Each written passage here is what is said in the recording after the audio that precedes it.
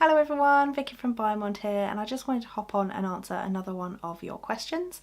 And today that question is, does larval therapy hurt? Now personally, I have had the larvae on my hands and my feet and I couldn't feel anything, but that isn't true for everyone. The research shows us that 35% of patients have an increase in pain, 25% of patients have a decrease in pain, and 40% of patients will have no change in their pain levels whatsoever. It is important to note that 35% of patients who did experience an increase in pain have normally got wounds below their knee or above their ankle, which we know are more likely to hurt anyway, and they already were experiencing pain prior to the therapy starting. So it's just a good idea to have some PRM painkillers just in case the patient would need them. I hope that answered that question for you. If you like this video, don't forget to follow us on other platforms, and don't forget that you can contact us via email or telephone to answer any more specific questions. See you next week.